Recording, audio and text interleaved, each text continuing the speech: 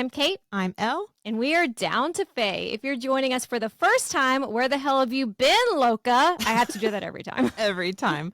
Whether you're listening for the first time or you've been here since we started our journey through the Massverse, you're here just in time for one of our favorite books, Queen of Shadows. And like I said last week, I am crushed under the weight of how much I fuck with this book. It's very hard to choose a favorite, but this one is up there for me. First of all, she's thick. She's thick with a bunch of C's at the end. There's obviously a lot of action and forward momentum with the plot, but I love the callbacks and connections to past books. All of the threads, everything coming together, new characters that were only mentioned before that we're finally meeting, which is why I think you really need to read Assassin's Blade before this book. I loved where we put it before Heir of Fire, but I think it's mandatory almost before Queen of Shadows, because a lot of this book is Aelin facing her past. It's Aelin facing Celaena, so it's very full circle. It really is, because a lot of the characters that we saw in Assassin's Blade, like if you read this series and didn't read Assassin's Blade, you know who they are, but some of the smaller situations that you read in Assassin's Blade, it just adds to the depth of Celaena's feelings and then Aelin coming back to address them. It really helps to move things forward for her.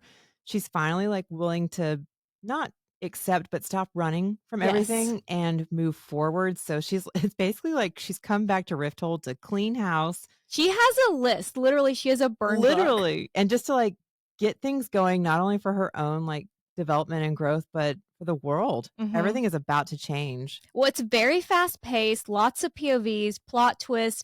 The stakes are higher than ever. The side stories, backstories, Manon fucking Blackbeak. There are so many badass women in this book. But the men, I'm going to have to keep myself calm when we talk about the Chaol we get in this book. He apparently left half of his brain cell and all of his character development back in Heir of Fire. I don't know if Sarah needed to blow up Celaena and Chaol, that ship, so that another one could sail in. We will get into all of that, but the Chaol we left off with in Heir of Fire is not the guy we're getting here, in my opinion. I mean, it sucks for them in a way, but also this has been a long time coming when they have a confrontation. It was never going to work. It's like any kind of breakup. They need a chance to discuss it. People are going to be upset. There'll probably be jealousy. And they have this ceremonial exchange. Chaol, here's your ring. Here's your necklace. Yeah. Well, Chaol has also always had trouble dealing with the fact that two of his best friends have magic. So that would suck, being the one regular ass guy when everyone is gorgeous. You're not exceedingly handsome. That's pointed out. And you have no magic. You have a limited skill set. In a way you don't, but in a way you do. It's just, it's sad to have to, and kind of hard to read through some of those scenes, but also it's necessary because he's going to have to move forward from this. Yes. And of course, Celaena now as Aelin is going to have to close that chapter as Celaena so that she can also move forward. In case you missed it, we've started separating our book reviews from our deep dive episodes. So we'll have new Throne of Glass deep dive episodes every Tuesday and then new book reviews every Wednesday. We just loved talking about other books, and it started making these episodes really long. So it gives us more time to yap and talk about that week's book rec, like we just did the Ruthless Boys of the Zodiac Academy series, and we're going to do Zodiac Academy. And we also want to talk about what we're currently reading. I just finished A Dawn of Onyx, and even random shit.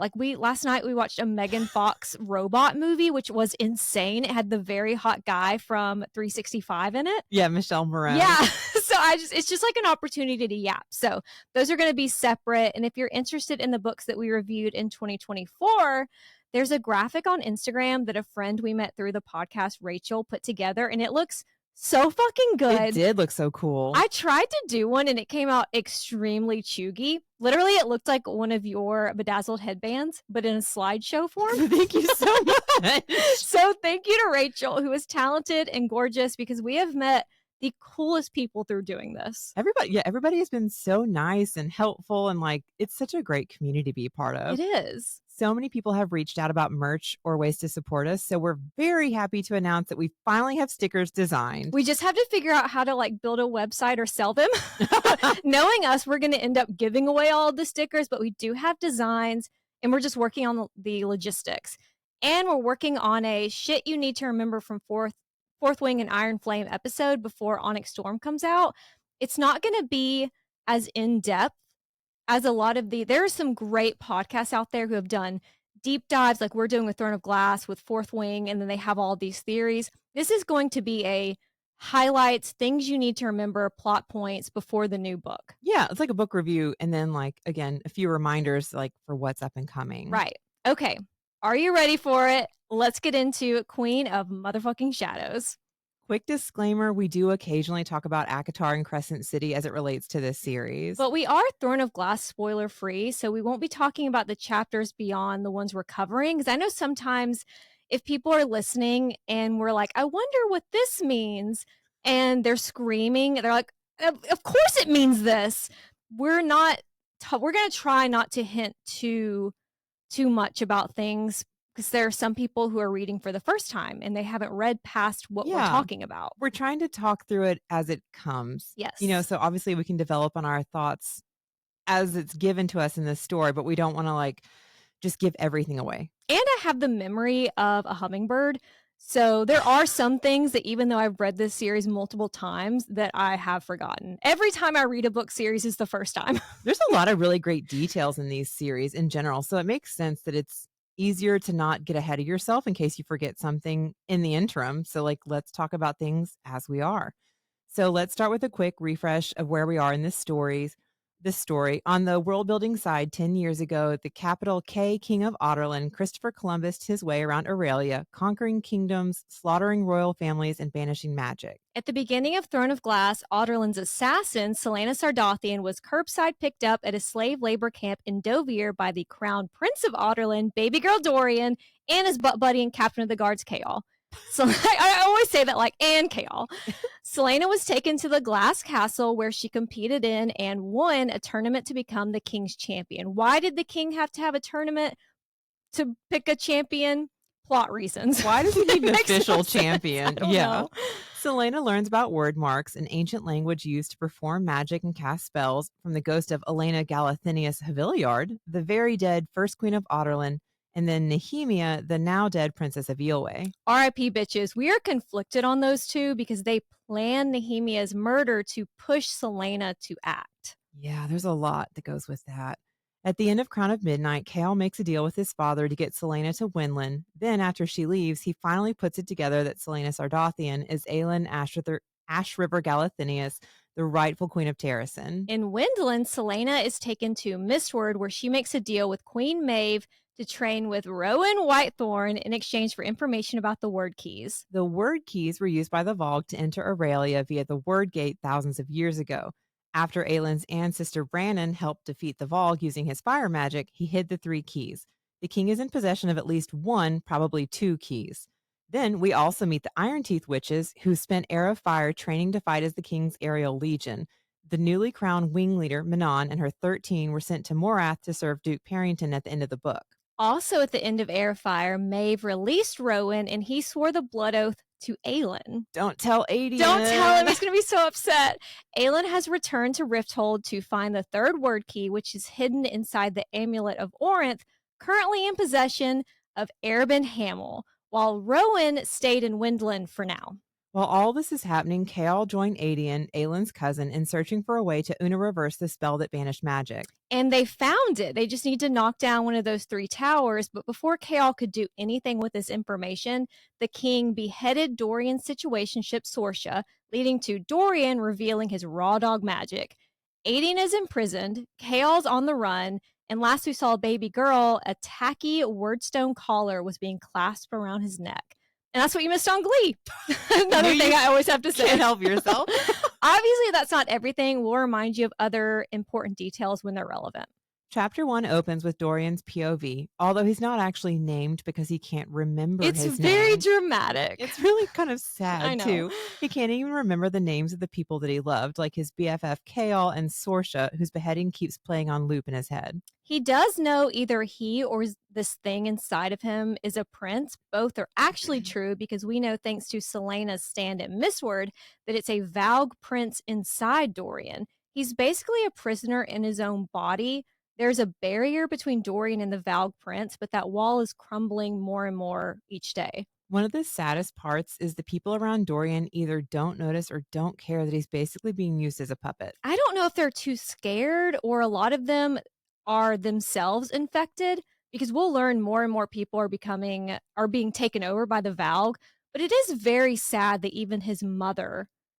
Well, he didn't really spend a lot of time, like, letting other people truly get close to him, Yeah. and even with his mother, I feel like she is, like, in her mind about getting him a princess, and she's just not paying enough attention to who he is either, which is sad. But I don't know. Valg Dorian is kind of sexy. I'm just gonna say it He's because a he's bad like, boy. well, yeah, he's the bad boy, but then he's still gorgeous Dorian. Ugh, we don't need this from him. Too But tempting. chapter 1, obviously depressing as fuck. Chapter 2, also depressing.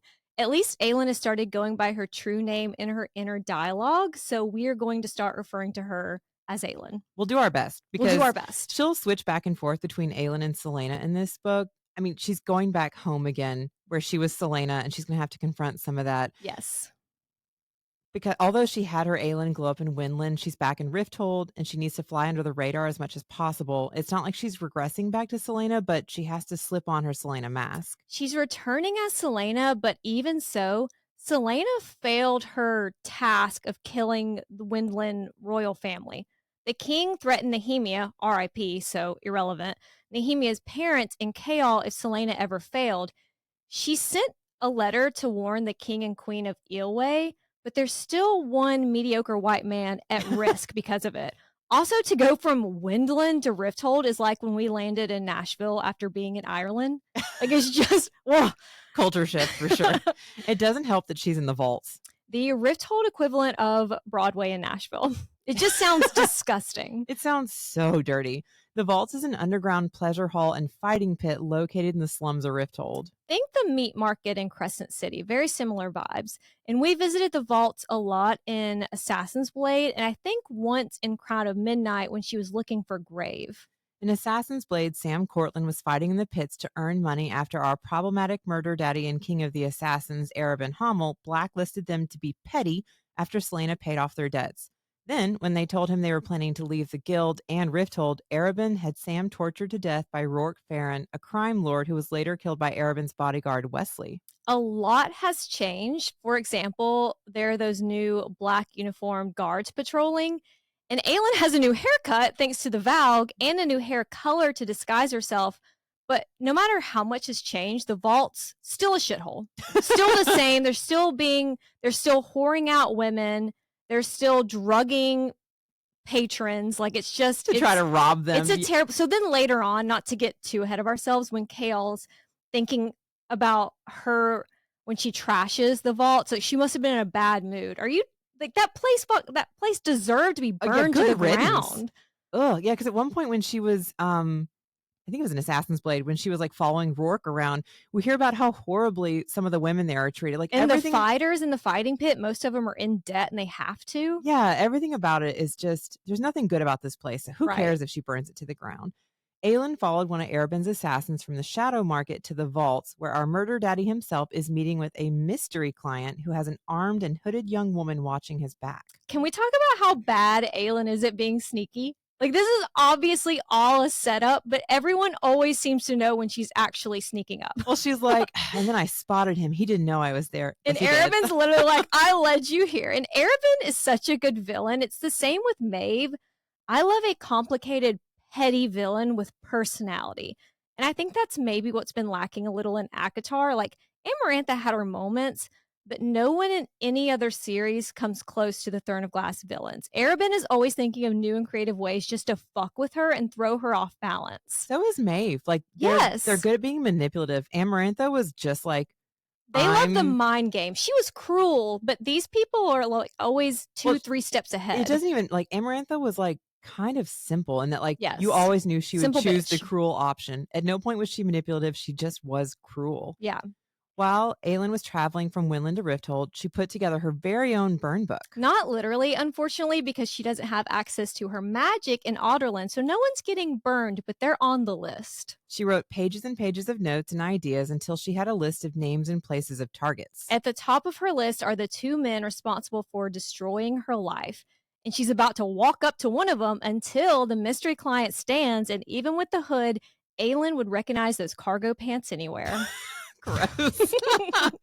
Chaol fucking Westfall, captain of the guards, Mr. Rules, is meeting with the king of the assassins in the fucking vault. She's like, what the fuck happened while I was in a lot of this, the first couple of chapters is her just being shocked and what the fuck happened while I was gone. Nothing about him being there makes any sense. Even though she's shook, she's relieved to see that Chaol is alive. It's so complicated. It's complicated with Chaol, whose ring she doesn't wear anymore.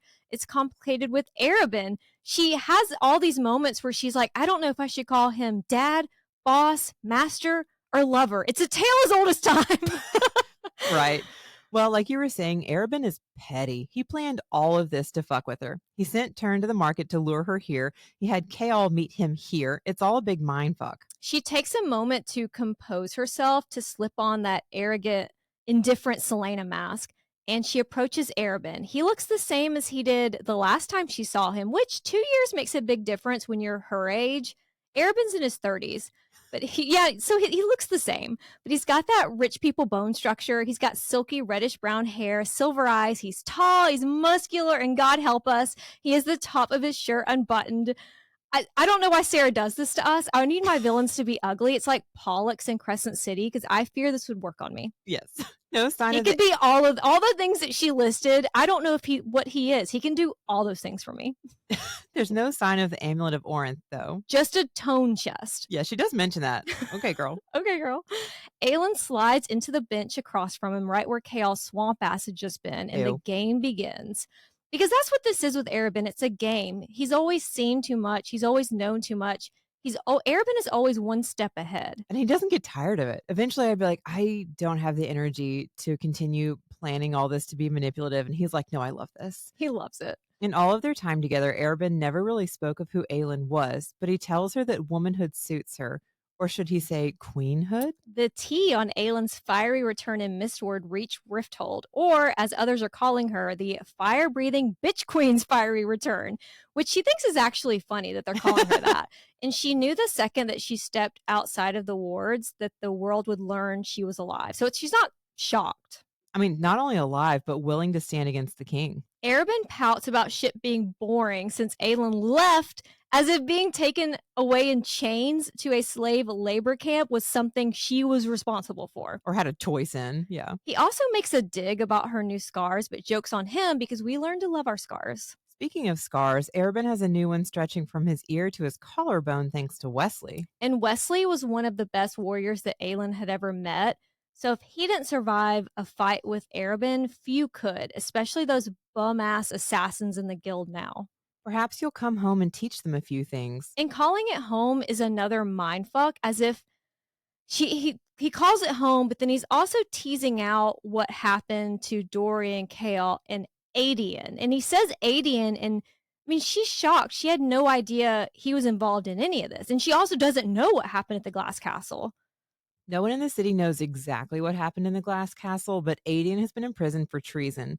He'll be executed in 3 days at Dorian's birthday party. Like, she got home just in time. Well, that should have been a little clue that something's not right with Dorian. He would never be like, yeah, let's totally kill Adian at my birthday party. Yeah, that seems just like him. Obviously a trap and really fucks with her plans, but Adian comes first. Even if Aelin hasn't seen Adian in 10 years, the same way that Adian was scared what his cousin would think of the whore of Otterlin, Aelin is ashamed to see Adian after her time as Otterlin's assassin. We, the readers, know that they've forgiven each other, or really, there was nothing to forgive. They were just surviving. But they don't have a read on the vibes of how the other feels. I mean, prior to this, Aelin wasn't even sure if Adian would be willing to aid her. I know, which is shocking when you go back in that little flashback, and Adian was just such a ride or die. Yeah, well, when she was talking to Rowan, she was like, well, he used to be like you're saying, ride or die Terracin, but then I heard about him being a high-ranking general, and I don't know how he feels now. It's wild that neither of them, they don't give themselves credit for knowing the other. Right. When he reaches out, Aelin allows Arabin to brush his knuckles down her cheek. I do not expect, I know, I'm like, gross. I do not expect you to trust me. I do not expect you to love me. Which fucking duh. Arabin only told her he loved her once before when she'd been about to leave with Sam, and he came to the apartment to tell her to stay in Rifthold to stay with him. And he was just manipulating her, So which like manipulative. he is right now. At least she's aware of it at the moment. Also interesting, I was in Rifthold first at the Glass Castle, then as the king's assassin, and you didn't reach out not one time. Right. To that, he says he thought it was on site next time she saw him, which she did tell him she would kill him. Yes, and the way that this man who raised her, like her only father figure that she's had for 10 years, the way that he's looking at her as anything but a father is really gross. It's so And I know I gross. joke that, like, I fear this would work on me, but I'm not so far gone that I can't recognize this is disgusting. Yes, all of the grooming. Ugh. Arabin says that Adian is in the royal dungeons and his resources are hers at a price, of course. The King's New Guard has a few Valg among their commanders, and they are rounding up people suspected of being sympathetic to magic or who once possessed it. And executions are taking place every day at sunrise and sunset. Shit has really gone, like, Rifthold already sucked. I mean, that's wild. How did she not know? I guess maybe she hasn't walked back past any of the Yeah, I think she squares went from the Shadow Market because she to just got here. here. I'm like, how did you miss the gallows that are everywhere? That's insane. She was just dyeing her hair. She's, Priorities. I just got here. Calm down. The first part of the favor that Arabin wants is knowledge. So Aelin tells him the king used some strange, archaic power to stifle magic and summon ancient demons to infect human bodies using rings or collars of black stone. Which is true. Which, I mean, it's also why he's been rounding up people who once possessed magic because those are the bodies that it's easier for the creatures to latch onto. Fire kills them, Which we don't have magic here, so that doesn't help shit. but lesser ones can be killed with a sword to the heart. Like Chaol killed Cain in Baby's first murder.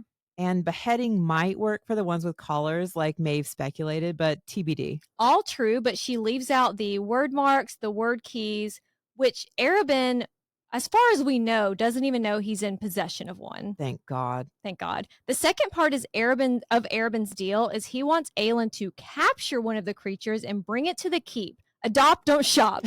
If she does all of that, he's going to help with Adian's rescue. I don't even want to quote the next part because you're feral today. I know. Arabin says, "Tell me what I must do to atone. Let me care for you as I once did. Punish me, torture me, do this small thing for me, and let me lay the world at your feet." Every day I stray further from God's light because I'm like, oh. Okay. As much as that triggers that part of my brain that's been warped by too much smut, and it does. Y'all don't want to know what's going on in my head on a daily basis. But this is all just part of the game. He's just fucking with her head. And what he's most upset about isn't losing Aelin's trust. It's not the year that he caused her to spend in a slave labor camp, all the pain and suffering that he's caused. What he grieves is losing her as a possession. He brought her here at the same time as Chaol. It was to assert some weird dominance. Right. Like, as much as he's trying to sell himself as changed, he's still not going to help her with Adian without a price. So, no, you haven't changed. Exactly. He says, do this and I'll lay everything at your feet. If you really loved me, it wouldn't be a You do just this. asked how you can atone and now you want to make a deal? Right. There's no deals if you're Yeah. atoning. She starts to tell him no fucking way, but he says to sleep on it.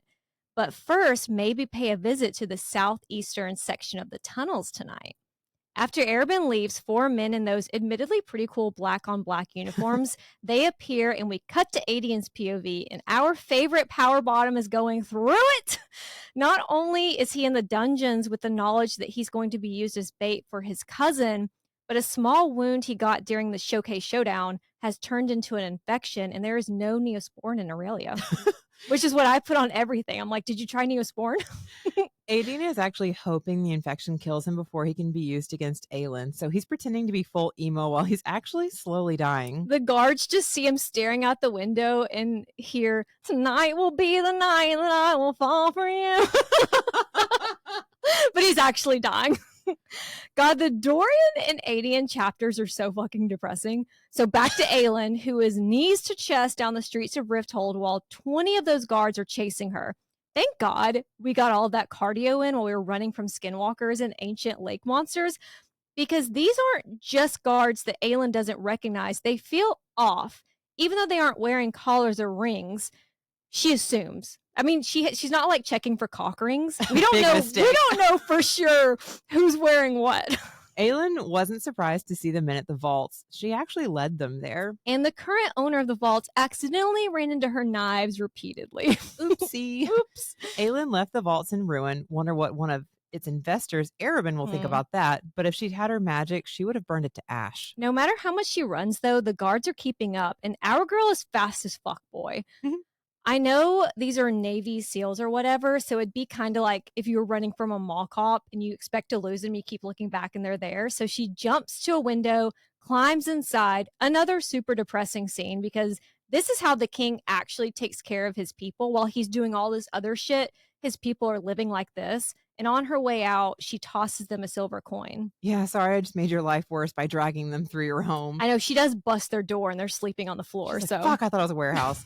She races up the stairs onto the roof, then shimmies down a drain pipe and down into the sewer. there is not a part of this fucking city that is not triggering for her, including the sewers where she almost drowned in Assassin's Blade. Ugh, even just having to go through this tiny scene where she's talking about it, I was like, "Bleh," like how she like swallowed so much of it. Ew. So nasty. She takes one of the ancient tunnels, one that's probably been there since Gavin Havillard established the city along the Avery. And I don't know if that's like very important, but there are little things that are like fun history tidbits, you know? I think it's important Mm, without too much foreshadowing for something that will happen later in the book. you're right. She gets to an intersection and the southeastern tunnel has darkness leaking from it. She can't decide if this is like all a setup from Arabin, so she throws a stone into the darkness. I feel like she should know better. It's kind of like poking something with a stick. Like, girl, you know better. Then she hears, I wouldn't do that if I were you. That female guard who was with Kale at the vaults somehow managed to sneak up on Aelin, and she knows who Selena is. With the men still looking for her above ground and whatever that darkness is to the southeast, Aelin doesn't have much of a choice but to follow the guard. Aelin is very out of the loop, so she asks the guard, do you answer to Captain Westfall? I think she means traitor, Traitor, oathbreaker, liar. Who is she? As they reach a stone walkway, Aelin slips behind the guard and presses a knife to her throat. But when she slipped behind her, I was like, should they bump pocketbooks? Yeah, what's happening? What are we? She asks for one sentence to convince her not to slit the guard's throat. This is the skin of a killer, Bella. Gross. She tells Aelin she's taking her to the artist formerly known as the Captain. 3 weeks ago, Kale abandoned his position at the castle and fled to join the rebel cause. That's going to come up later. And that cause is the cause of that lowercase w whore, Archer Finn. So she's very confused and shocked that Kale is now part of it. Yeah, what is happening? And that's also the cause that kidnapped Kale. Right. She missed all of their chapters in Heir of Fire. She doesn't know any of this. Yeah, what is happening? And when they kidnapped Kale, it led to Aelin killing like a lot of rebels. She slipped into that killing calm. And without the context of everything she missed while she was in Windland, she's just it's hard for her to put all this together. Like, what has possibly happened that Kale is not with Dorian? She hears voices coming from one of the tunnels, and Kale fucking Westfall staggers out of the darkness. He looks into her eyes and doesn't smile. He just really sets the tone here. I hate everything about this interaction. Honestly, I think I usually skip it in my rereads because it's painful, which I guess makes it realistic. Like, there's nothing worse than the first time you see an ex after a breakup. Especially because you didn't actually discuss a lot of this. Yeah, they both kind of just assumed that they're broken up. Well, they had that whole thing with Nehemia and she hated him and then she calmed down, but they still didn't talk about it. So, like, what's happening? Well, do you remember when I was seeing that guy and he started seeing someone else, which was fine, and they were exclusive, and then he sent a text to me that was like, I promise I'll never talk to her again. She never meant anything to me, and I was the her. Like, he meant to send a text to the new girl saying, she never meant anything to me. I'll never talk to her again. And it was about me, and he sent it to me. Don't fucking lie. Also, don't lie. That's so rude. I think I said like LOL or something, but thanks. Getting that text is how I feel reading these chapters. It's just, I know they have to work through it. And then the two of them and their tempers, like, they're both so much right now. bratty in this chapter. They really, they're going to have to fight through it to get past it, though, which is painful to read, like you said. Kale and his new rebel friends are carrying 2 injured men. The rebels are covered in blood, red and black, and the men have that hollowed out look that Aelin recognizes from Windland. Let's remember the fact that Kale and the rebels are also covered in blood. Okay. just for future. But it means it isn't just the guards in this city corrupted by the lowercase v Valg. There's at least one all caps Valg prince, very sexy, probably in these tunnels, judging by the darkness. Kale asks if she's hurt, and she shakes her head because even though she has had so many things that she wanted to say to him, her mind factory resets. And we've all had those moments where we run into an ex or whatever, and you like when you're on your own or in the shower, you think of all these good comebacks and things to say, and then you actually see them and just everything, there's not a thought in your head. Yeah. In book one, she described Kale as not exceedingly handsome. And here she's like, he's just as ruggedly handsome as I remember. And it's the perfect example of mere exposure effect. I think that's what it's called. I read about it. AKA you saw it on TikTok. I read the caption. We're both right. I Okay. read it too. The phenomenon known as the mere exposure effect is basically familiarity breeds attraction. Essentially, the more you're around someone, the more likely you are to develop a positive feeling towards them, including finding them more attractive physically. It's why we've all had work crushes on mediocre men with receding hairlines. I think that's a universal experience. They were just literally in our line of sight, and I feel like that's what's happening here, is Aelin just was around Chaos so much. There's too many feelings for Aelin to even begin to sort through. Kale was her rock while she was living in the castle, the man that she fell in love with, even if it was mere exposure effect, to help her get through her heartbreak from Sam. But it's Yeah. also the man who didn't tell her about the threat on Nehemia's life. And that's the one thing that she can't forget, that she can never forgive. More than Nehemia's murder, which deep down, she has to know that that wasn't Chaol's fault. I've personally forgiven him for that. But on a deeper level, it was more Chaol choosing the king over her, I think, that hurt. Despite the king's actions, Chaol still seemed to continue to choose the king, which Right. was weird. And now here he is in the tunnels, not just a rebel, but leading the rebels. He tells everyone to keep moving, including that female guard whose name we learn is Nezrin Falik. Nezrin's name gives away her heritage, but even if it didn't, those slightly up-tilted eyes lined with kohl is a giveaway at least one of her parents is from the southern continent. And good for her for not ditching her eyeliner in a city that's not exactly welcoming to immigrants. And we'll get into the southern continent lore more in later books, and we'll get into more of her experience being an immigrant. But the southern continent it's most likely based on, or at least inspired by, the Mongol Empire. And that's the same for the Dothraki in A Song of Ice and Fire. Because just a very quick tangent, something I think was cool, is Khal Drogo crowned, aka killed Viserys by pouring melted gold over his head, and Genghis Khan executed enemies by pouring molten silver on them. Ooh. Yeah, so if you're into that sort of shit, we did deep dive all of the episodes of season 2 of House of the Dragon, because I also brought my Targaryen history book, the illustrated one. Of course. So when we talk about Morath, I want to show old Valyria. Nezrin is hesitant to leave Chaol with Selena. She doesn't even know she's Aelin yet. She will soon. When I said, it might have been confusing earlier, I said that she knew Selena. She knows Selena, the king's champion. Yes. But she doesn't know yet that that's Aelin. She also knows that it's Chaol's ex. So, girl, back out Yes. for a minute. Just give us a minute. She follows Chaol's orders, though, and then it's just Chaol and Selena and Aelin. Because he really does see them as two different people. Chaol tells her to walk with him, and all of those words that she's wanted to say, they're just rushing around in her head. I mean, the last time they saw each other, he said, "I love you," and she said, "I'm sorry." Big yikes. She asks about the rescue mission she just walked up on, and he fills her in on what's going on in Rifthold. Former magic wielders are being hunted and executed again, and you wanted to release magic, and I don't know. We won't even go into his whole Heir of Fire storyline. The king's new guards bring them into the tunnels to hold them until those twice daily executions, but they're also feeding on the misery, right? Like, Oh, yeah. of the Yeah, it's terrifying. She tells him to stop going into the tunnels, but she doesn't realize they have to because they're the only ones who can. So I think that's something new for her. yes. The Vogue don't even notice or care about the presence of ordinary humans, only people with magic in their bloodlines.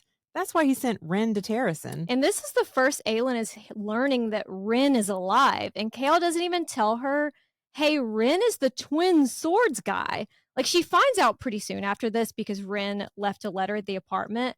But it seems pretty important that he just completely leaves that out. I mean, it's shocking for Aelin. She didn't even know any of the children from Terrasen that she Right. had grown up with were still alive. I don't know if Chaol can understand in his little man brain and his little privileged life like what that would mean to her, that there are other people from Terrasen alive, other people to be in her court. It's like he forgets who she was before. He compartmentalizes her Mhm. and like what she represents. That's a good way of putting it, yes. Aelin starts to tell Cal about the Vogue, but even if he didn't know their name, he's well aware that they drain the life out of you and feed on misery and pain. Then they basically make small talk like, "New sword, huh? Cool, cool." Cool. Because again, Aelin doesn't know how to feel. Selena loved Chaol. He was her home. I would say he was more just like a steady presence. But Aelin just spent months crawling out of a hole. She thinks that Chaol shoved her into. I don't know if I would put all of that on Chaol because a lot of it was Nehemia, but she wants to say she's sorry, not only for the scar on his face, but for the fact that her heart healed and he's not in it. I mean, he's not in it like he was before. I don't How do you know. explain that to Well, someone? when he got her out of Otterlin, I don't know if there was an expectation that at some point they would come back together. Like they were already broken up. I mean, he did say, I love you. It Yeah. was very, what is it, Star Wars? I love you, I know. Yes. Yeah. Wow. Thanks. Thanks. Sorry. Kale isn't making any moves to apologize or hug her either, though. So the vibes are tense. Imagine if when they saw each other, he ran up to her and was like, I figured out who you are. I'm not scared of Aelin Galathinius. I'm sorry I didn't tell you about Nehemia. You were right about the king, by the way. And you can free magic by knocking down a tower. Just imagine if that had been how he started this. All of this could have gone so differently, but at least he's honest with the fact that he's not feeling it. He says none of those He doesn't things, say any though. of it. He does at least tell her that Fleetfoot is living her best life, torturing sheep at Nezrin's father's country estate. Because they rich. Which makes it even more surprising that Nezrin is not only a city guard, but a rebel. And that's when he notices the empty spot where his Sheehan ring had been on Selena's hand. I mean, to be fair, people lose rings all the time. I do. This wasn't exactly a fancy one. It easily could have like broken or anything could have happened. So he really like makes something out of that. Yeah. It really sets the mood for the next part of the reunion. This reunion could be hosted by Andy Cohen, which I love Bravo so much. One day I want to do a Bravo podcast. Aelin asks, the fuck happened at the castle? What happened to Dorian and Adian? He doesn't answer yet, but tells her to meet him in 40 minutes in the slums and starts jogging down the tunnels, which she did interrupt like a rescue mission. Yeah, they have a time restraint here. But of course she's Aelin. Of course she follows and watches as Chaol and his new friend group take the men they'd been dragging to a boat to escape the city, which is great. Chaol is on the right side of history for once, but the energy he has for what she's trying to accomplish, taking down the king, and for what he's trying to accomplish, taking down the king, that's what fucking sends me. The energy he has for her when they really are trying to do the same thing, I can't understand it. It really takes a turn soon. As they take a scenic stroll through the slums. With what does she call them? Little feral street urchins? Chaol fills Aelin in on what happened in his chapters during Heir of Fire, how he'd worked with Adian and Ren, how the king captured Adian and had Sorsha beheaded, forcing Dorian to reveal his magic. And Selena met Sorsha back when she was always healing them, but she never knew her name because that poor girl really was invisible. I mean, that's on Aelin too. She could have asked. I know. Just didn't. They were so wrapped up in their own little drama. They were like high schoolers. Chaol is one of a few in charge of the rebels, his territory covering the slums and docks. He's still in contact with some of his men like Ress and Brullo, and they've been looking for ways to get Dorian and Adian out, but the dungeons are almost impossible to sneak into. I do love those little callbacks because there are some characters that you really don't know if they'll play a part later in the series that she brings back. Yeah. And I love that. There were people that Aelin as Selena knew personally when she was in the castle. Well, and a lot of Assassin's Blade too, a lot of those characters, but we'll get there. Hearing about Dorian's sacrifice triggers Aelin. She is very triggered by sacrifice.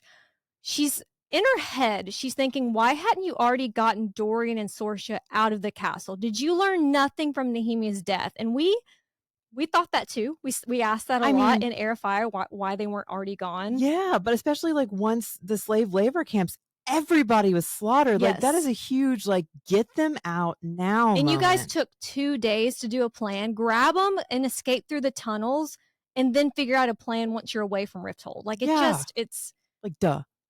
Duh. She doesn't read him for filth, not at first, but she does ask if he's heard anything about Dorian since he fled. And this is where shit really starts to go south. I understand that she's triggered and angry about a lot of things here, and that's valid.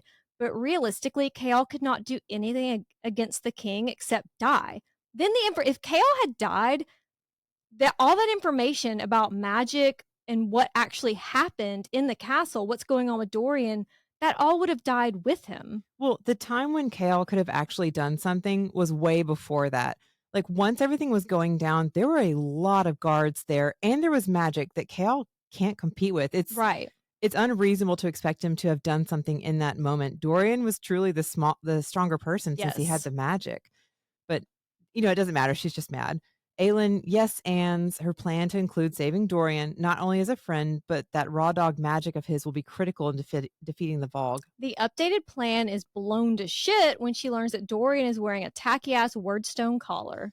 Yikes. Now Aelin tells Kale what happened in her chapters of Air Fire. Everything except the Wordstone collars because let's not rub salt in the wound, and the Amulet of Orinth. This is where shit really takes a turn. Kale's like, you came here alone, no army, no allies, empty-handed. It fucking scares me. This chapter makes me so heated. We're gonna try not to yell at you guys as we go. I know, I'm gonna try not to just scream to the mic, but were you not listening when I told you about Maeve? She didn't send help to Terrason. She didn't even send help to Mistward nearby. Like, do you really think she's going to send help to Otterlin? You think my cousin is going to defy the Queen of the Fae to help the people of Otterlin? You think they were going to come with me to what? What do we need allies in an army for? What's your plan with the army? At least the people in Terrason were related to her cousin. He's not going to sacrifice or take the chance that Maeve would lash out at him for strangers. Like, come on. Be reasonable. I mean, not only that, but do you understand what I faced in Winland? Clearly not just personally, but I literally saved a fortress of people against Valg princes, plural. Or, as he calls it, gallivanting around playing with magic and her fairy prince. He actually puts the blame of what happened to Dorian on her. Like, if you hadn't made such a huge show, none of this would have happened with Dorian. The only person to blame for Dorian is the king. Yeah. I mean, I know this is the first time that he's seen Aelin since he found out who she is, and he had to accept that she knew all along that they could never work out and let him believe that is probably a big part of this. And let him believe there was a chance anyway. He did a good job of holding in his frustration, but once she mentioned spending her time away with another guy, he can't control his pettiness anymore. He lets it slip that he knows more about magic, but no way he's telling someone so unpredictable. And gloves are off. She's like, you know what? Let me tell you about the collar that Dorian is wearing. They help. So fired up. Say it. They help Vag. Okay. They help Valg infect people, help them devour the person in power inside. Only flames, which I have, with my magic that you're so scared of, and beheading ends it. Yeah, flames, like that magic that she was gallivanting around with. That she was training with. She's possibly the only person capable of freeing Dorian, or at least giving him the mercy of death. But Kael isn't done. Couldn't you have at least sent a warning, let us know any of this? And you know what? Point to Kael. She did make time to send that letter to the king and queen of Eelway, people she hasn't even met, BTW. It is kind of weird that she never let them know anything that was happening. She did have a moment where I was like, why didn't I warn them? But on a grander scale, it's not that important. Like, the collars and the rings matter, but I'm trying to save the world from war. Yeah. How was I supposed to know they're going to slap one on Dorian? It wouldn't have mattered outside of that. Whatever. What matters now is that we have to help Dorian and Adian. There is no we, Kael says, and he takes off the eye of Elena like a little bitch and throws it at her. And he says, there hasn't been a we for a while now, Selena. Selena isn't home right now, Kael. It's Aelin. To Kael, she's the same assassin who walked away and came back only when it was useful for her, when she needed something. So while we're at it, here's your Timu amethyst ring. I mean, this gets me because Kael, weren't you the one that was just talking about how you wanted to kill Arabin after what he did to Selena? In the other book, in Air of Fire, he's like, I really want to go kill this fucking guy, but it's her kill to make. Yeah. It's her revenge. But now that you're all jelly, you want to flip the story around so that now you're having secret meetings with him? You can't, either she's a victim or she's not. You can't switch it around to make you feel better. She asks why he was meeting with Arabin, and Kale says that he wanted his help to kill the king. You wanted to kill the king and what? Possess Dorian on the throne? Yeah, Dorian is sexier now, but he does not need to be on the throne like this. Kale and Aelin really are the king and queen of crashing out right now. I mean, also, even more than that, now that it directly affects you, now that you had to watch one beheading, now your team killed the king. He Exactly. killed millions before he killed Sorsha. And Hello? Kale doesn't even have a comeback for that one because she's not laughing, and all you really have is making fun of a person's laugh at this point in an argument. He tells Aelin he's meeting Brullo in an hour and no girls allowed. He won't jeopardize Dorian to satisfy her curiosity because shit is just really going sideways. Like, it just gets worse and worse. But I will say, I don't love how quickly Aelin jumps to we have to kill Dorian, because if this were a different character that she cared a lot about, she cares about Dorian, okay? But he's always been almost an afterthought for her. Yeah. Like Crown of Midnight and Heir of Fire, he was a bit of an afterthought. If it had been Chaol or it had been Nehemia even, would she have fought harder to have an alternative to killing? You know, I don't know, because I feel like she's somebody that really wants to, like, investigate and find all angles of something before just making an assumption. No, she's immediately like, we have to kill Dorian. Yeah, and I mean, I know that she had to kill Narok that way, but you also saw that he was himself at the end, which means that Dorian is somewhere in there. I don't personally love how she jumped to it so quickly. Because like Narok couldn't have been saved once he got to the point where you could see him again. So like, is she assuming that's the only way and like they can't be saved after that? Can we not look into it a little bit? Yeah, do a little research. Any other questions? Go to the library. When she calls him captain, he corrects her. Chaol's not a captain or a lord. He's just Ken. And I'm trying to give him some grace because Chaol has lost his entire personality. His foundation that we've talked about cracking, it's not just cracked anymore. It's gone. There's just like a chasm where his foundation was. And they are both being brats right now. I think Chaol's being the bigger brat, but she's being a bit of a brat too. Well, Chaol definitely started it, and she's got a temper that she's like, oh, okay, now it's on. They're both using their feelings for each other to make political plans. Yes, not great. You guys really need to set that aside. This is a terrible idea. Aelin tells him there's no getting Dorian out, no saving him, but Chaol isn't ready to hear that. I'm not ready to hear that either. I'm sorry, but I'm not ready to hear that Dorian is a lost cause. Chaol asks if she'll hold Rifthold hostage the way she did Doranel, if she's going to burn anyone who doesn't agree with her. Chaol, what the fuck do you know about what happened in Doranel? Chaol, I literally just told you how horrific of a monster Maeve is. A show of power was the least I could do. Don't be such a child. And I didn't hurt anyone. Yeah, also I didn't hurt anybody. But yeah, I had to show some power to get us out safely. Like, you have no idea what could be coming after us if she thought I was weak. He's just so out of his depth right now. And he's still just mad. So he's like, I have to stay mad. Yes. I don't even care. I'm going to say it anyway. He thinks perhaps maybe they're better off without magic. Even if magic has literally saved his life a few times now, he asks, without checks and balances, once magic is free, who's going to stop the next monster? Which is a valid point, the checks and balances part. That would be very scary as a mortal, seeing all these people have their magic back. Like, have they been holding on to resentment and they're just going to start killing everyone in Rifthold? Because there's no way to protect yourself or the innocent. Think about scary. The families that were living in that, when Aelin went through the window and ran through and all those poor people were sleeping on the floor. There are a lot of people like that in Rifthold too. And Chaol's like, if all these magic users have their magic again, what's going to happen to them? And that's valid. But where he loses me is when he says, who's going to stop the next monster? Who's going to stop you? As in, you're the next monster. Which is so funny because earlier, wasn't he just like somebody that's going to help save us all? Like, now you're the monster because I'm mad at you? Like, that's not how this works. He still loves Dorian, who has magic he can't control. So what's different about Dorian's magic and hers? Dorian's never killed anyone. Because he never had to. He's never had to. Check your fucking privilege. He literally cites Archer, who was trying to steal the word keys, had Nehemia murdered, Grave, literal murderer, the guards at Endovir. That's where I really like. I mean, like the people that were murdering and raping people. Like, who cares if they're dead? That's ridiculous. Well, like you were just saying, where's the Chaol who said send a message to Eelway to hold on, or whatever he said to the king about there's a queen in the north and she has something you'll never be able to beat or that scares you, the one thing, hope. Where is that guy? Because this is the queen in the north with the hope that you were talking about, but now you're calling her a monster. Well, it's just one of those, I'm like, Kale, were you always sort of resenting her and you couldn't decide Yes. how you felt about, like, because do you really feel this way or are you just this angry? Like, everything you're saying, she shouldn't even like deign with like to respond to Yes. because it doesn't make sense. You're just being a brat. When they part, we unfortunately switch to Kale's POV. It is brat summer.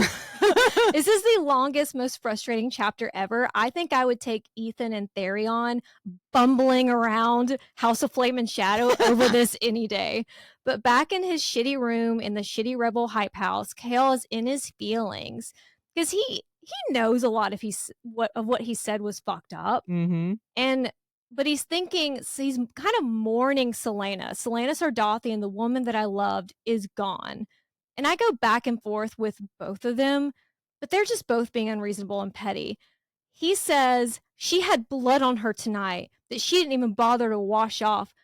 Bitch, you literally had two different types of blood on you, and so did the rebels. Why is Exactly. what everyone else does different than when she does it? But also, stop lying to yourself. You didn't love Selena. You constantly wanted her to be somebody else. So don't even Exactly. try to say that, where's the woman I love? She was never this made up person, this figmented person in your Yes. mind. She's exactly who she was before, and you're just too weak to see and accept it. And she's always done what she's had to do. She's always survived. You've never until this point in your life had to survive. How would you fucking And know? she's not made excuses or apologies for it. She's never lied to you about, well, I shouldn't say lied to you. She's never made excuses for what she's done as if she didn't do it intentionally. Kale just can't. It's like he can't comprehend because his biggest problem was my girlfriend ran off with Roland, or I don't want to be the Lord of Aniel. Well, this is How can he fathom what it would be like to lose everyone you love, to lose your kingdom, to be raised as brutally as she was? I don't understand how he can treat this woman who's been through all of this like he is. It's the same issue he's been struggling with the entire time with her, is that he can't let go of the fact that she can also be brutal and take care of business. He Yes. just can't accept that side of her, and that's not her problem. No. This is not new. I've always been You're like so this. right. It is not her problem You that he can't. Yeah, you came to find me in a slave labor camp looking for an assassin. You came And to then me for this. you came to me to get an assassin, and then you were upset that I killed people. Oh my God, you're a killer? I came looking for an assassin. Are I'm you sorry. sure? Okay. He is at the beginning of his arc. He is growing, he is evolving, and there are some growing pains. I'm going to try so hard not to just be really negative about Kale. Hopefully this is the God. final, like, because he's been struggling with this the whole time, and now that she's I blatantly, really thought that we were getting somewhere in Air of Fire, though. I know, honestly, this is kind of coming to the head of his issue, because he's gonna Yes. have to like just get the fuck over it, because it's go time. There's been all this waffling back and forth. He'll get mad, then he'll make excuses about things to himself, and like, she's here now. She's Aelin. She is herself. We're not playing games. Get over it. Well, and it's almost like, oh, you could come to terms with it when she was slobbing your knob. Oh, well, you can make excuses for it then. Yeah. Oh, it's okay. I can like, I can excuse it. We're also seeing just how scared he is of Aelin. He is. Of what she's capable of, especially if she had her magic back. And he's using Doranelle as his excuse, like, look what she did there. But she didn't actually hurt anyone in Doranelle. She saved everyone at the fortress, everyone at Mistward. Then she saved Rowan from Maeve. The only ones that she hurt really were the Valg, who you are currently actively working against with the rebels. Like, I don't understand him, but I also understand him. And I keep telling myself, he's a good man, Savannah. But what the fuck happened to all of Kale's growth and development in this book? I'm sorry, I keep repeating myself about that, but it's just the first time I read this, it was shocking to go from where we got in the last book to this point. I mean, it's like I said before, this is the first time he's actually had to see her in person once he's had to accept that all of his dreams of the future with her are never going to happen. Her driving his white Suburban with his kids with a bowl cut. And it's a combination of he's letting his jealousy over the time she spent with Rowan, and also actually his jealousy over the fact that Aelin can help where he can't. I'm literally sweating. He doesn't. I'm sweating because I'm so fired up. Fired up. He doesn't like the fact that he's limited without magic. She can do more than he can with political power, with magic. Yes. Not just fighting ability. And it makes him angry. And it's not her fault. It's not his fault. He just needs to let go of it. But it's like, he's jealous that he couldn't do more in a lot of these situations. He is he's a normal guy surrounded by exceptional people, And he's and not that sucks. I mean, he comes with a lot of great he's got a lot of great abilities. He's Yeah, frustrated. he can run pretty fast. You're fine. He's a good fighter, Yeah. but he's He's frustrated loyal. and he's letting it drive him to lash out with comments that he knows aren't true. He's lashing out. He knows better. He just needs to work through the anger and shut up. Nezrin comes to check on him, and we learn that they had a thing a year ago after what's her name chose Roland. A year ago is wild because that means since then, everything from book 1 to now happened. Like in that year, they curbside picked up Selena Sardathian, and all of that happened. And then she was in Wendland for 3 months. The timeline just blows my mind. Even thinking about Assassin's Blade is 2 years ago. We're 2 years removed from the murder of Sam Cortland. So much has It's happened. crazy. And there's been so much growth and development for Aelin. We're working on Kale, but so much for Aelin. We're working on it. Let him cook. He'd run into Nezrin 3 weeks ago at one of the rebel frat parties, and she didn't seem to be holding on to a grudge. I think the takeaway here is women get over Chaol very quickly. Maybe that's the deep-rooted issue. Bless his heart. He tells Nezrin everything that just happened and who it happened with. And those of us who have read the series before, we love this character, but he tells Nezrin and he doesn't tell Aelin about Ren. Like, he tells Nezrin this huge secret that Selena is Aelin, but he didn't tell Ren that Selena is Aelin. And I guess when he has this thought of, I guess I should have told Ren because, he should know who he's risking his life for. And he only has that thought when he's being petty. Yes. Because again, he is boiling Aelin down to some of the things she's done. This is so much bigger than you. This is like all these families that were slaughtered, a kingdom that was taken over, and you're thinking maybe I should tell Ren who he was fighting for his queen. That's who he was fighting but again, for. His queen is a fighter and she's not going to take shit. It makes me so mad. But Kale is just I guess I should have told him what a bitch she is. That's exactly the tone he was thinking it Yeah, too. he's Yes, mad and it's not actually who she is. He's just boiling it down to a few points that he's mad about.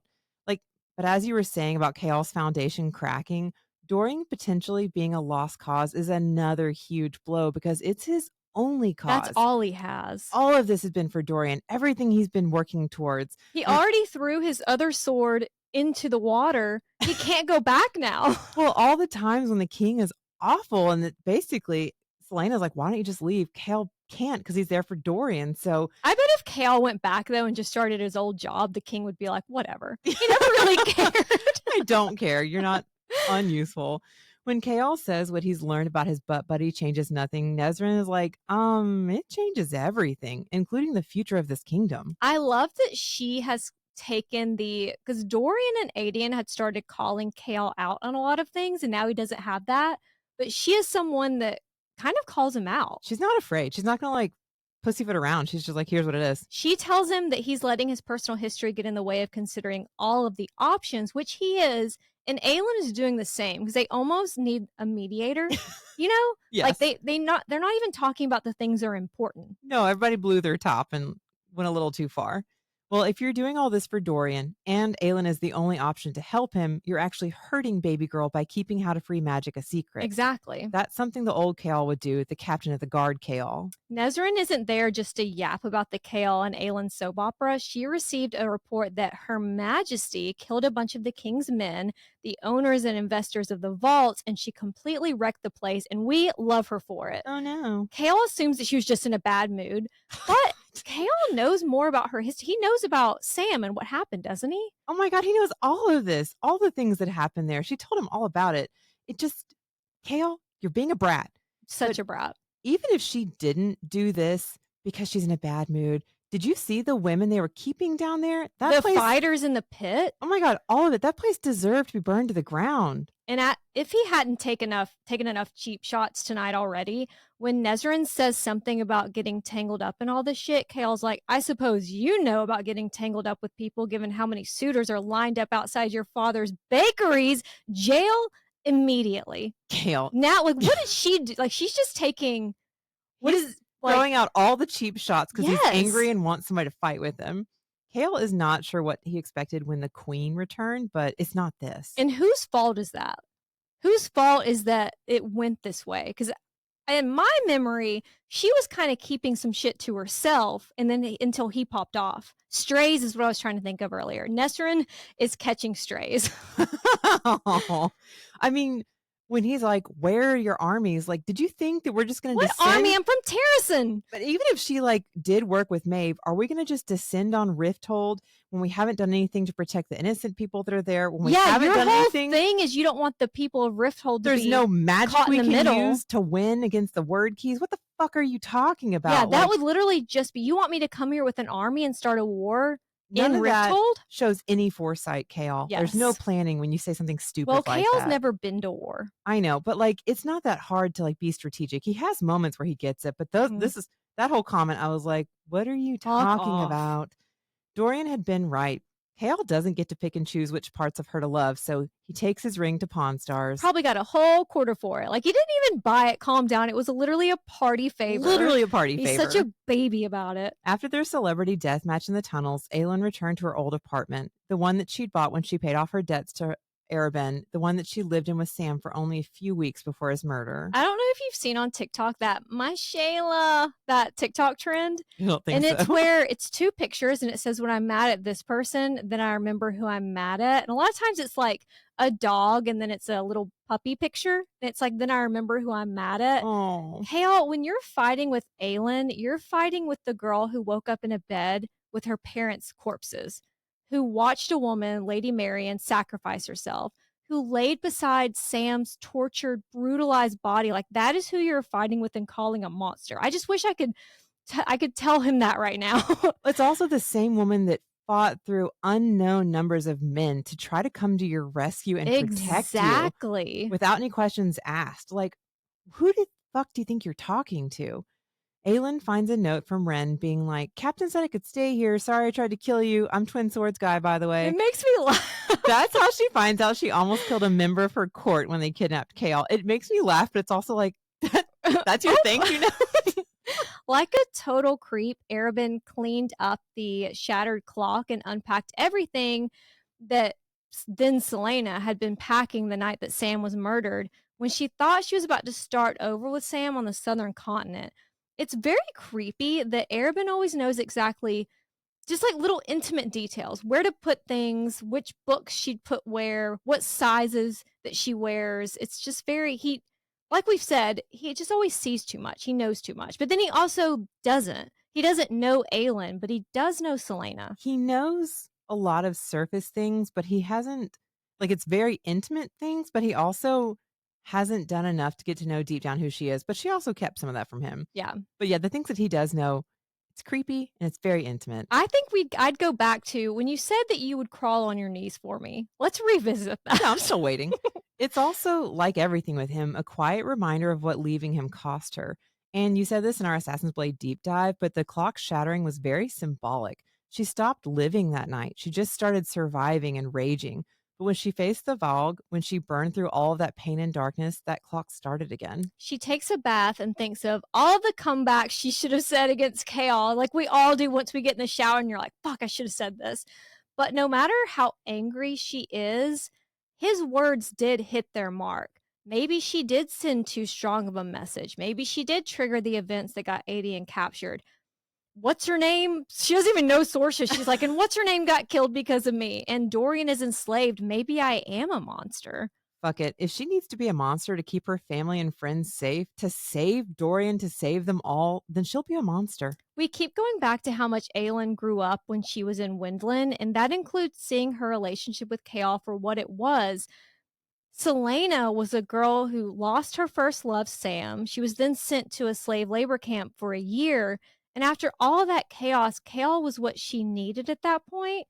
And we've all had those relationships. I don't remember what they're called, but it's like seasons, reasons, or lifetime. Like some people were in your life for a season, some for a reason, some for life. Yeah. And you know what? He's not for life. Sorry, Chaol. Your time has come. The next morning, Aelin writes a letter to Arabin accepting his offer. She'll Venmo one Valg in exchange for his help in recusing. For rescuing Adian. Rescuing Idiot, sorry. We're finally to a Manon POV, and I know we gave a short recap at the beginning, but quick refresh on the witches. Manon is the heir of the Blackbeaks, one of the 3 Iron Teeth clans who made a deal to fight for the King of Adarlan in exchange for his help in taking back the Waste. Which were cursed by the last Kraken Queen. Manon claimed our baby boy Abraxos and became wing leader. She and half of the witches, including her 13, were sent to Timu, Mordor, Morath to serve that thick fuck Duke Parrington. And I brought that little illustrated Targaryen history book I have. Yay, show us some things. If you're watching on YouTube, I have this. It's actually very cool. It's the illustrated history of the Targaryens. And they have a picture of old Valyria. And it is, I don't know if you can see it. It's how I've always pictured Morath. It's just like the volcanoes that are constantly erupting. It's dark. Dark mountain range with the volcanoes. Yeah. It looks like there's fire in the sky. It just looks kind of like Mordor too. Like everything's Exactly. very dark in like a scary kind of way. And that's where we're going to pick up with Manon reluctantly serving Parrington and Morath. Where a bunch of strange smelling men, aren't all men a little strange smelling, are camped and something diabolical is going on in the mountains, judging by the screams. That's so concerning. We're surrounded by active volcanoes and screams. And they're just like, well, I'm going to go to bed now. Like, what? No. Manon's shadows, Edda and Briar, reported seeing stone altars. Altars, what the fuck? Stained with blood and dungeons blacker than the darkness itself. It's all very ominous. There is a beautiful woman at Parrington's side, Caltaine. Speaking of callbacks from book 1, she has gone from the scheming, opinionated cunt that we love to hate in book 1 to being collared and leashed at Parrington's side. I hate seeing her at this part of the book. I hate everything that has happened to Caltaine. Everyone in Morath smells off, but Caltaine's scent is the strongest and the strangest. And it's pointed out that she's covered in bruises and she has a thick red scar on her arm. It's like a raised scar, I want to say near her elbow. It's just so gross that she's clearly been so abused by Parrington in so many ways. And so many people are around and nobody's going to step in. Parrington orders Manon to find out what those wild men are up to, their numbers, the paths they use, but do not engage. She hates taking orders from this thick fuck. The witches are allies with Adarlan, not lackeys. I mean, are you? You know? But also, you want the witches to follow around men and not kill or fuck them? Have you met our favorite redheaded slut, Vesta?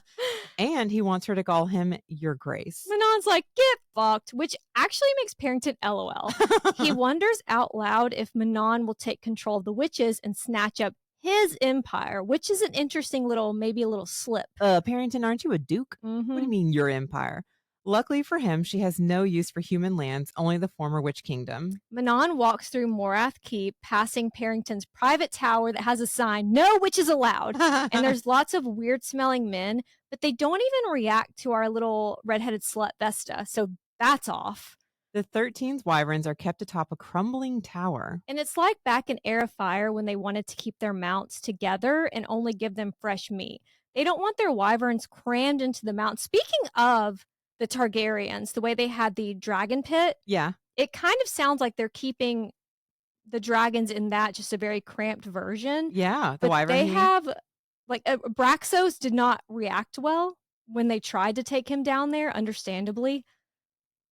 He was probably a little triggered. Well, 1, he was probably triggered being shoved back into a small space, and 2, he and Manon seem to be the only ones sensitive to that off scent. And our baby boy likes watching the stars. And smelling the flowers. He's so sweet. The 13 are on edge. All of that training and competing only to be sent to Morath and, fuck around for 4 weeks? Astrid is especially outspoken, and she and Manon are at each other's throats, literally, more and more the longer that they're there. I do love that Abraxos, this is just a little side note, his new thing is he's pretending like he's dead and he's falling off the tower. Jeez, Abraxos. Jump scare. He also scares the shit out of a poor servant girl carrying a basket of apples. And we will meet the servant girl as well as another blast from the past in the next episode when we cover chapters 9 through 16. Thanks, y'all. Thanks, guys.